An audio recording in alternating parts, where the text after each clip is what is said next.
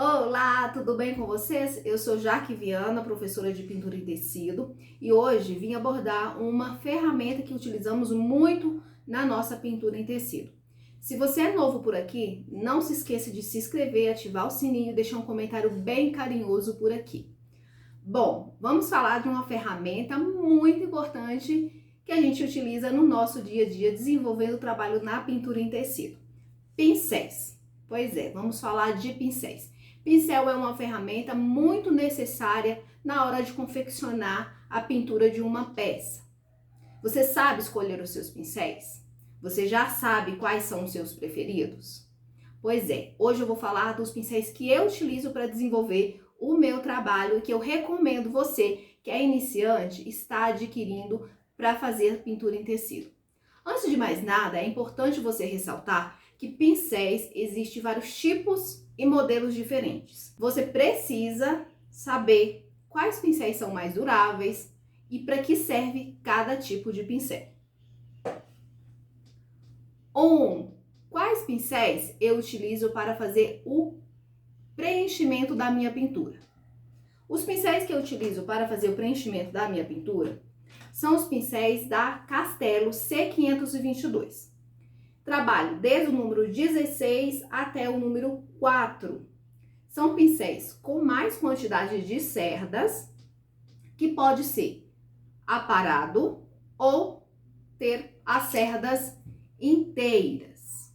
É um pincel que vai facilitar na hora de você preencher espaços maiores. Assim, você vai ganhar agilidade, além de ter um bom preenchimento da fibra do tecido. Depende do seu gosto. Quando se trata de pincéis que são o meu xodozinho, confesso para vocês que é um tipo de pincel que eu utilizo muito. Sempre utilizei na pintura das bonequinhas, mas no momento utilizo para qualquer tipo de pintura. Eu falo que são pincéis coringas. E atenção, eles devem ser lixados e aparados. Esse pincel, ele tem desde o número maior, que serve para você fazer um preenchimento, ao número menor, que serve para você dar acabamento em pequenos espaços, como olhos, nariz e boca. Esses pincéis, gente, eu não fico sem eles. Por quê? São pincéis que têm ótima durabilidade e ele te serve em qualquer momento. São pincéis coringas. O cabo dele, ó, ele é caramelo. As cerdas são de pelo de marta natural, por isso ele tem uma ótima durabilidade. Como eu uso muito, os meus rapidamente estão desgastados, mas é pelo uso. Ele não é aquele pincel que fica com os pelinhos todos arrepiados. Por quê? Porque ele tem uma fibra natural. E isso, se você tiver cuidado, usou, lavou, colocou no cantinho, você vai ter pincel por muito tempo. Pincéis essencial, não pode faltar nessa lista, os da Condor, da linha 421. Esses pincéis aqui são aqueles pincéis que eu falo para você que você não pode ficar sem. Por quê? São pincéis de acabamento. Os pincéis de acabamento vai trazer profissionalismo na sua pintura. Como assim profissionalismo? Para você ter um bom acabamento, você vai precisar de um bom pincel para isso. E vai ficar nítido para suas clientes que o seu acabamento está perfeito. E para você conseguir um bom acabamento, você precisa dessa linha aqui da Condor 421. Essa linha, ela tem todos os números de pincéis. Também pode ser lixado e aparado ou não. Eu utilizo das duas formas. Esse não está lixado, olha como as suas cerdas são longas. Também tem fibra natural as cerdas, são menos cerdas e são flexíveis. Excelente para você fazer o corte da rosa. Mas você também pode comprar ele lixado e aparado. Observe que ele não fica pelinho saindo para fora. Pois é, essa é uma ótima característica de que o seu pincel tem cerdas naturais, tá? E você também consegue ter um pincelzinho bem pequenininho que também serve para acabamento, principalmente nos olhos, bocas e nariz, quando se trata também das bonequinhas. O pincel pituá, eu sempre recomendo você ter mais de um, mas se você é iniciante, um vai ser o suficiente para você e eu recomendo o número 4.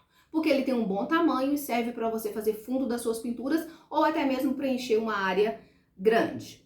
O pincel que eu tenho utilizado no momento é esse da Castelo C558.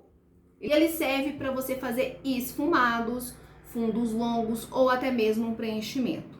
Você pode sim iniciar sem esse pincel, mas é um pincel que eu garanto que vai agilizar muito o seu trabalho.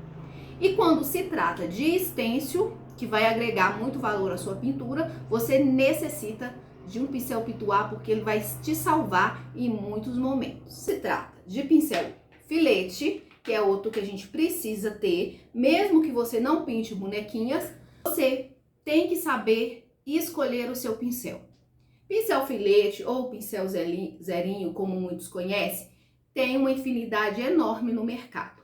Porém, são pincéis que têm pouca durabilidade por ser um pincel muito delicado.